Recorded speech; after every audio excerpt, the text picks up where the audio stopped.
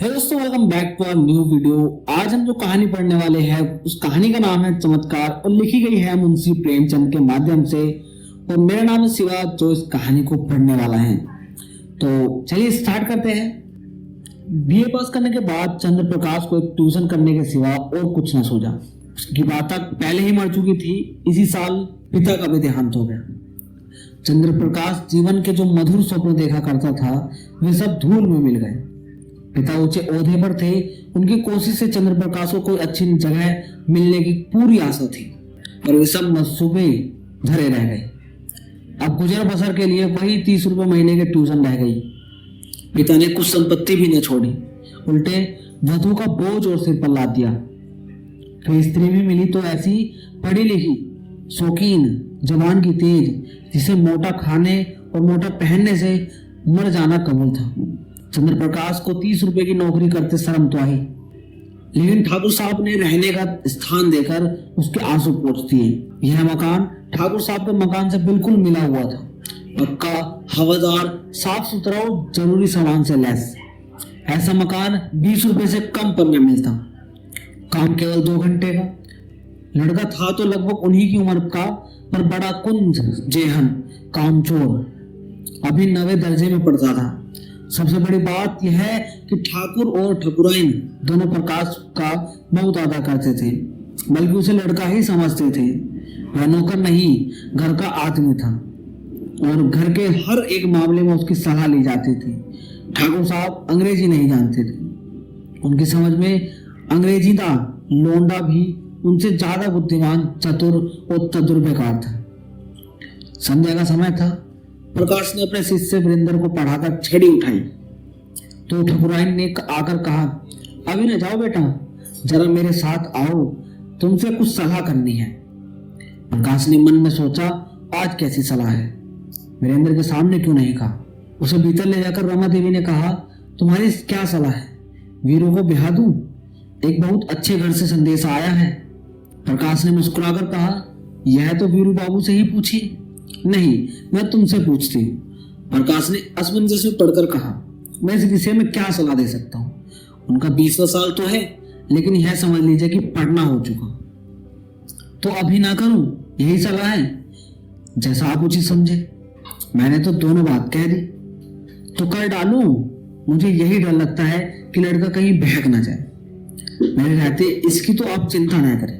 हाँ, इच्छा हो कर डालिए, कोई हर्ज भी नहीं है। सब तैयारियां तुम ही को करनी पड़ेगी, यह समझ लो। तो मैं इनकार कब करता हूं? रोटी की खैर बनाने वाले शिक्षित युवकों में एक प्रकार की दुविधा होती है जो उन्हें अप्रिय सत्य कहने से रोकती है। प्रकाश में भी यही कमजोरी थी। बात पक्की हो गई और विवाह का सामान आने लगा।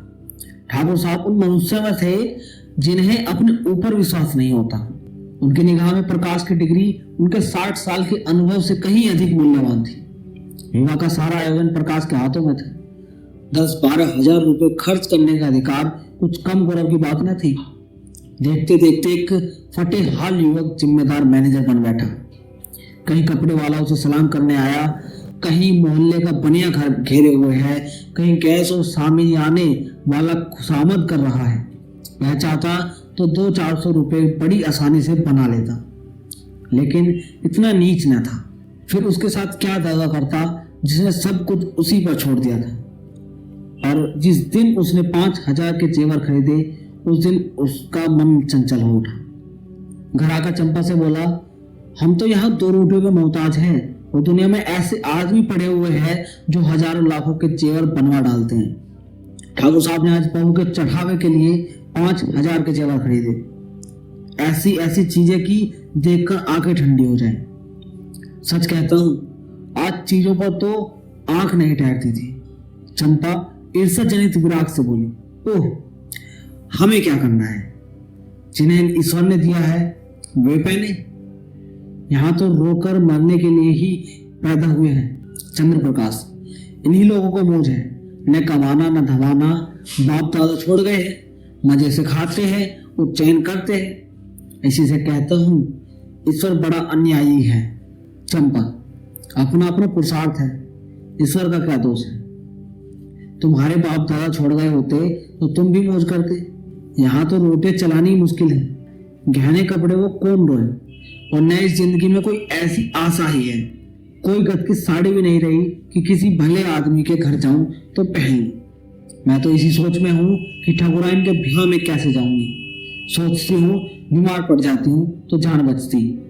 यह कहते कहते उसकी आंख भर आई। प्रकाश ने तसल्ली दी, साड़ी तुम्हारे लिए लाऊं, अब क्या इतना भी ना कर सकूंगा? मुसीबत के ये दिन क्या सदा बने रहेंगे? जिंदा रहा तो एक दिन तुम सिर से पांव तक जेवरों से लदी रहोगी। चंपा मुस्कुराकर बोली, चलो, ऐसी मन की मिठाई में नहीं खाती, निभाह होता जाए यही बहुत है, गहनों की साथ नहीं। प्रकाश ने चंपा की बात सुनकर लज्जा और दुख से सिर झुका लिया। चंपा उसे इतना पुरुषार्थी समझती है। रात को दोनों भोजन करके लेटे तो प्रकाश ने फिर गहनों की बात छेड़ी। गहने उसकी आंखों में बसे हुए थे। इस शहर में ऐसे बढ़िया गहने बनते हैं, मुझे इसकी आशा न थी। चंपा ने कहा, कोई और बात करो। गहनों की बात सुनकर जी जलता है। वैसी चीजें तुम पहनो तो रानी मालूम होने लगो। गहनों से क्या सुंदरता बढ़ जाती है। मैंने तो ऐसी बहुत सी औरतें देखी है जो गहने पहनकर भी भद्दी दिखती हैं। ठाकुर साहब भी मतलब के यार है। यह नहीं हुआ कि कहते इसमें से कोई चीज चंपा के लिए भी लेते जाओ। तुम भी कैसी बच्चों कैसी बात करते हो? इसे बचपन की क्या बात है?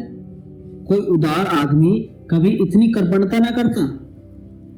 मैंने तो कोई ऐसा उदार आदमी नहीं देखा जो अपनी बहू के गहने किसी गैर को दे दे। मैं गैर नहीं हूं, हम एक ही मकान में रहते हैं। मैं उनके लड़के को पढ़ाता हूं और शादी का सारा इंतजाम कर रहा हूं। अगर 100-200 की कोई चीज दे देते तो वह निष्फल न जाती।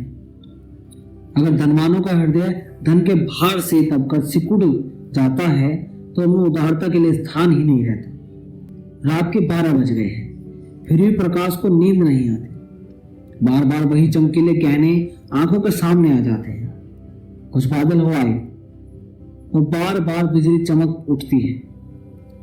सहसा प्रकाश चारपाई से उठ खड़ा हुआ। उसे चंपा का आभूषणहीन अंग देखकर दया आई। यही तो खाने पहनने की उम्र है और इसी उम्र में इस बेचारी को हर एक चीज के लिए तरसना पड़ रहा है। वह दबे पांव कमरे से बाहर निकलकर छत पर आया।